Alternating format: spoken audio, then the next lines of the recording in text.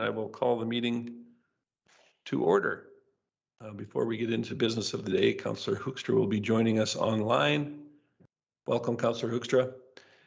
And I understand that Councillor Ross is unable to participate this evening.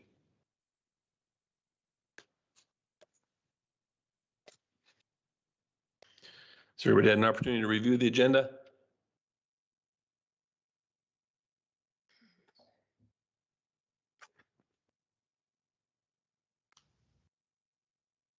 Councillor Connick. I would so move we adopt the agenda as presented. Thank you. Councillor Hoekstra. Thanks, Mayor Creasy. I was wondering if we could just pull one item out of the consent agenda. And it has to do with the letter from Minister Rick McIver. I wouldn't mind further clarification, partly for the public's benefit, on our responsibilities to do with education tax.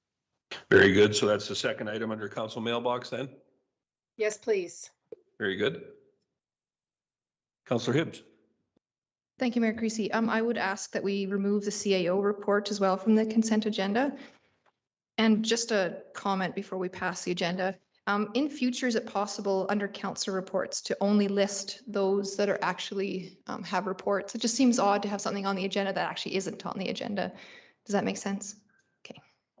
Very good.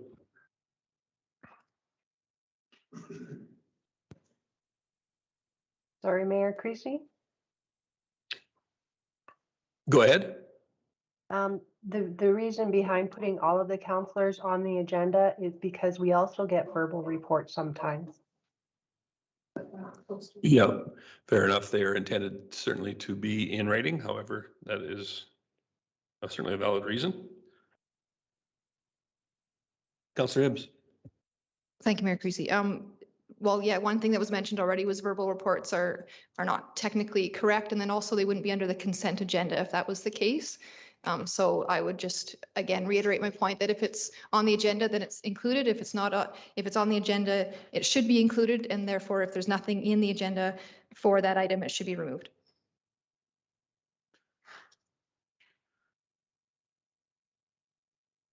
So Councillor Connick, there were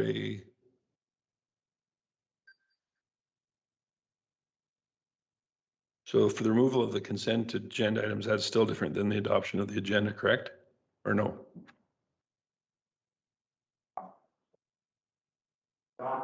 Mike, please. With those items being removed, once you adopt the agenda, they will be included in the regular agenda rather than the consent agenda. So no additional motions. Very good.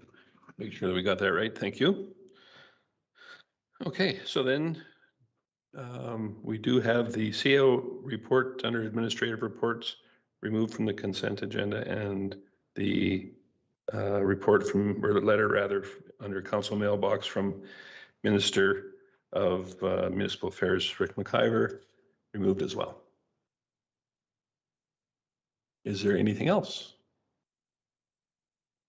I believe that we do have a motion on the floor from Councillor Connick for the agenda acceptance. All those in favor? And that is unanimous. Thanks, everyone.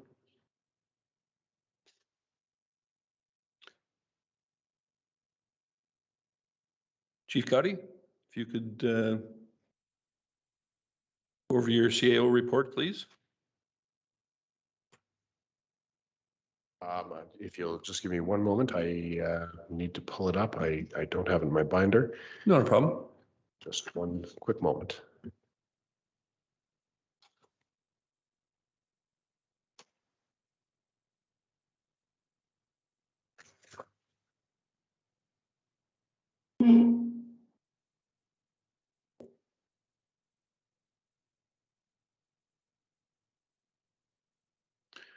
In the meantime, Ms. Bellabono, I would ask that you have the letter from Minister McIver ready to go for our next conversation as well, please.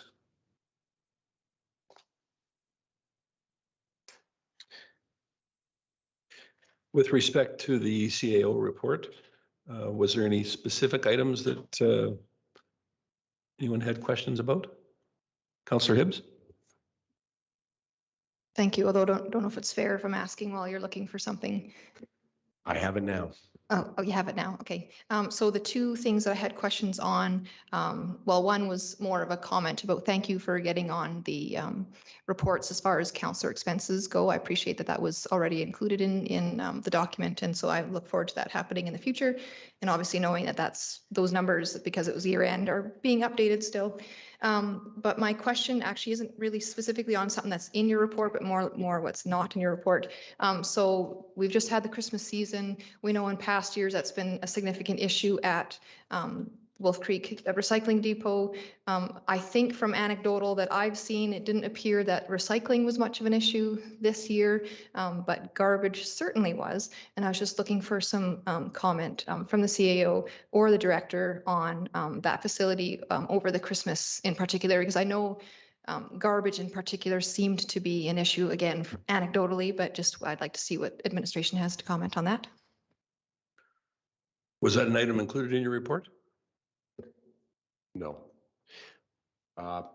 Normally, however, there is some discussion after Christmas of how things went.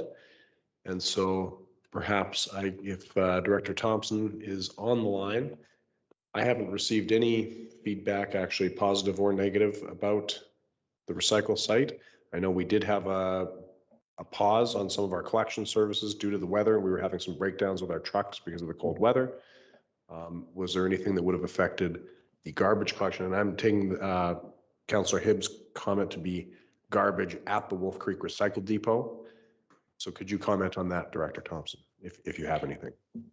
Sure. Certainly, we have to acknowledge that there was a significant accumulation of garbage at the Wolf Creek Recycle Depot over the Christmas break. And I do know that staff worked to clean that up as quickly as they could. But in terms of the accumulation of garbage there, beyond noting it and beyond staff efforts to clean it up between Christmas and the New Year, I don't have anything further exactly to report on that item. I'll follow up if I could. Councillor Hibbs? Thank you. Just to follow up with that, I've also seen at least reports on Facebook regarding garbage pickup, that there was issues with collection because truck breaking down or something like that. I was just wondering if the CAO could elaborate on that situation as well, please. So we did have some communications of breakdowns and then actually paused collection routes that were affected by the weather. We did have one of our trucks break down, and then we were fearful that another would, so we temporarily paused collection. I know that was communicated by our Facebook and website, but certainly not everyone would see that. And so there was some expectation that collection would occur, that it didn't occur because of those extenuating circumstances. Thank you. Was there any other items with respect to that report that wanted to touch on?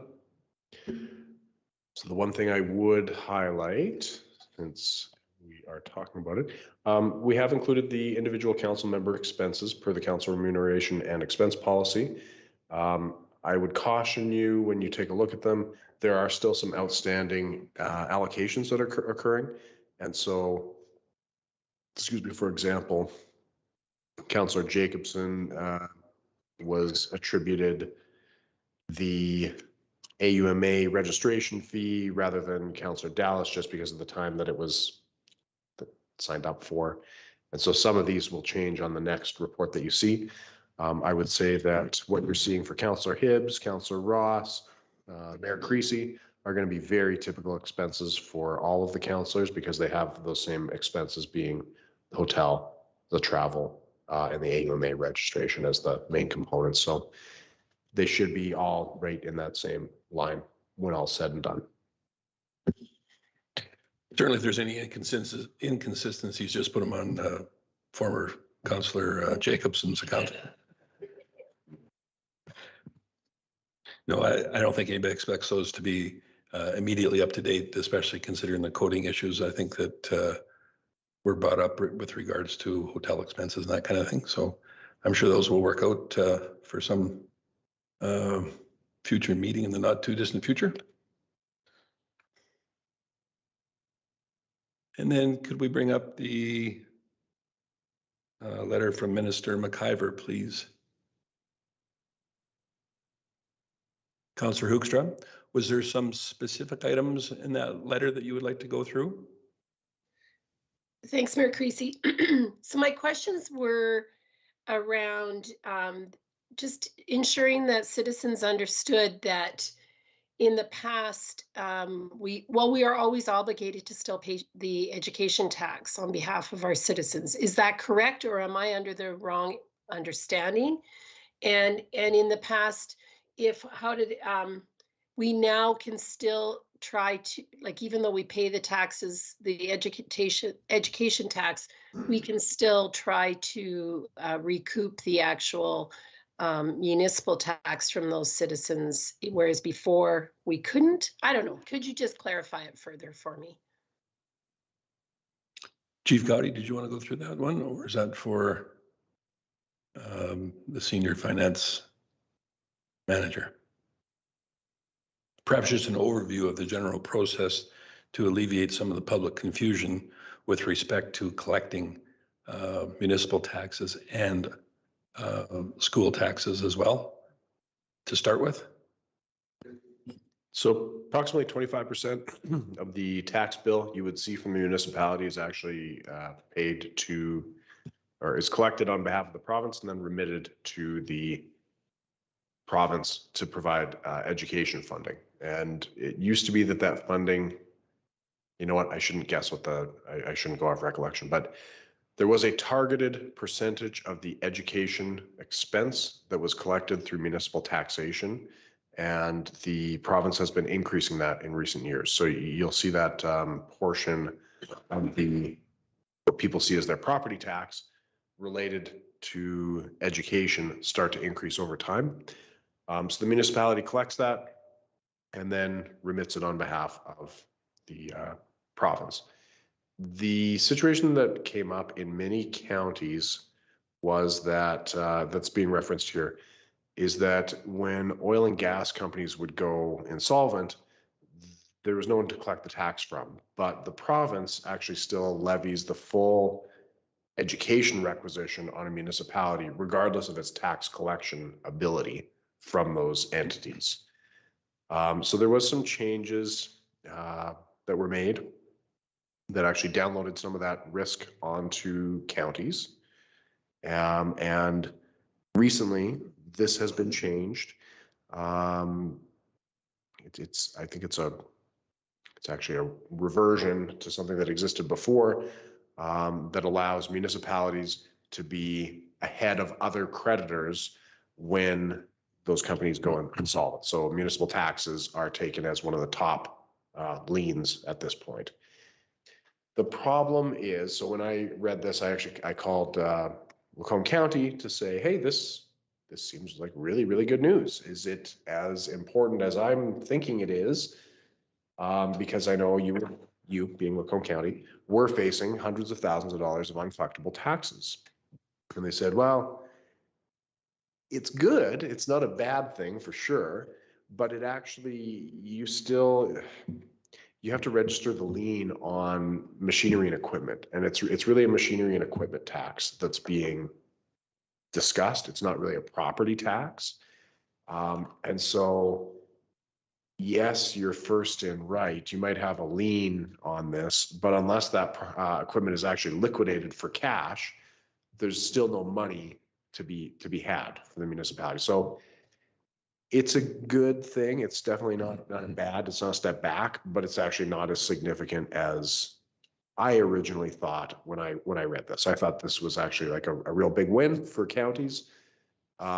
It's something that actually won't come up very often from my discussions with Macomb County, at least. Does that help at all? Thanks, CEO Gowdy. Yes, it does. I guess I was wondering, did this only apply to counties, or was there some way that it affects us too?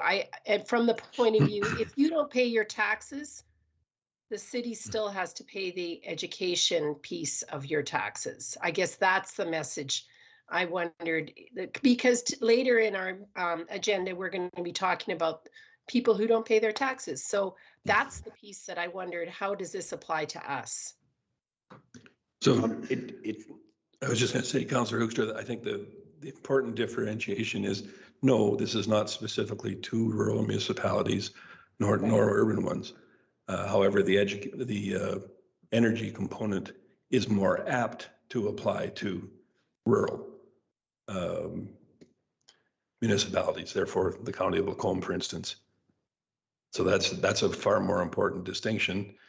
Yes, of course, there's people that, for one reason or another, do not pay their taxes, and we do have methods for collecting that.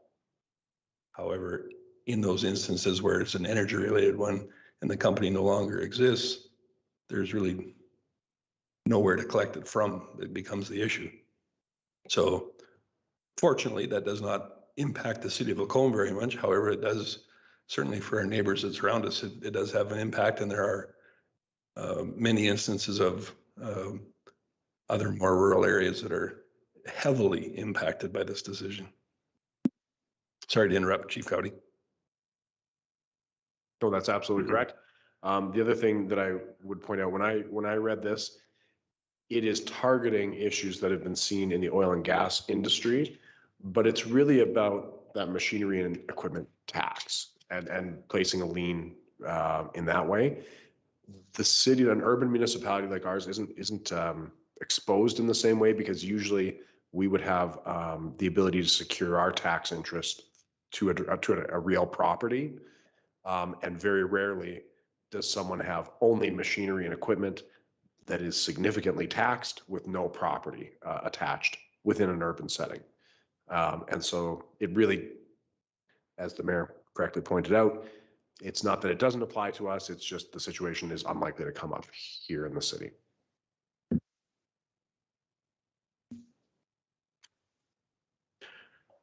Satisfied with those explanations? Is there any additional items on that letter? No? Okay. I believe that was the only two that we had that were removed from the consent agenda. So we can continue on to 2.2.b, which are our minutes from December the 6th from the regular council meeting at that time. Has everybody had an opportunity to review those?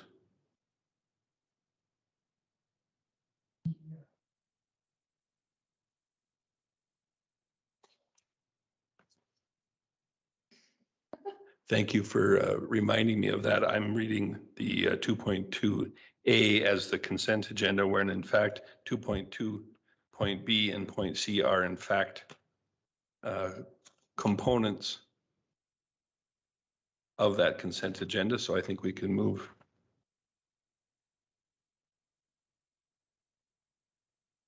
on to receiving it now. Or we don't have to, because we've already removed the items that we would. Very good. I'll get used to this one way or another. Appreciate your patience. Oof. So items 3, 4, 5 we can gloss over, and then on to requests for decision. Item 6.1, bylaw 379.3. The tax rate penalty. And it's got pre-COVID levels here, so I'll call upon Senior Manager McKinnon to take us through this item, please. Good evening, Mayor, Creasy, and Council. So Council's requested to approve the second and third reading to the city's amended tax penalty and payment bylaw 379.3. Proposed bylaw 379.3 includes only one change, and that's the July 1st penalty will be increased from 5% to 10% for balances unpaid as of July 1st, 2022 and onward. During the COVID pandemic, adjustments were made to the tax penalty and bylaw to minimize the impact of COVID-19 outbreak on our citizens. For example, in 2020, the June deadline for taxes was deferred to December 31st, 2020.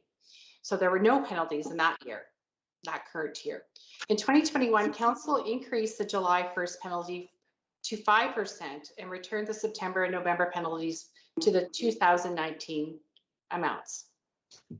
The pre-COVID penalty for July 1st was 9% in 2019. Administration is recommending an increase from July penalty from 5% to 10%.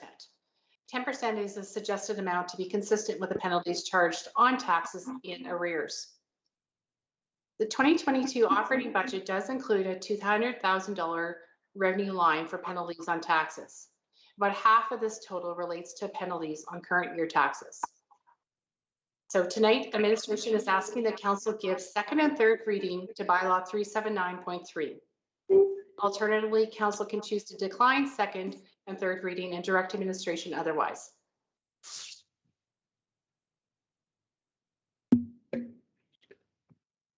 Thank you, Senior Manager McKinnon. Councillor Gullickson. Thank you, Mayor Creasy. I will make the motion that council gives second and third reading to bylaw 379.3. Thank you. I think just as course of action here, I think that may have been a misprint in there. We're only allowed to entertain one motion or one reading at a time. So for second reading, just so there's no confusion. Yes. Yeah, I thought that's what it would be, but it's written down like this. So I read it as it was. I think that's a typo in there for sure. So with respect to second reading, are there any comments or questions from council? Very good. I will call the question and all those in favor. That is unanimously carried. Thank you. Councillor Gullickson. Thank you. I'll make the motion that council give third reading to bylaw 379.3. Thank you. And again, one final call, questions or comments? Very good. All those in favor? And once again, that is unanimously carried for the third and final reading. Thank you, Senior Manager McKinnon.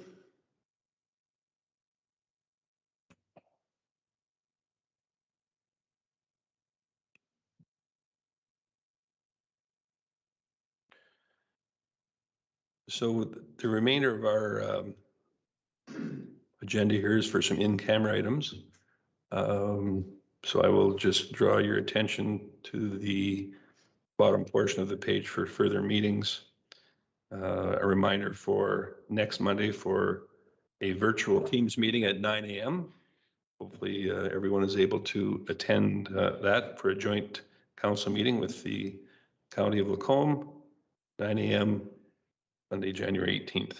And then on Monday, January 24th, we're back here for a regular council meeting at 5:30, and then the regular council meeting on February 14th as well. Excuse me, Mayor Creasy. Go ahead. It's Tuesday, January 18th for the joint council meeting. Is it not? Yes. It is. Thank you very much. I would suggest that was a victim of copy and paste. So thank you for that correction. That is in fact Tuesday.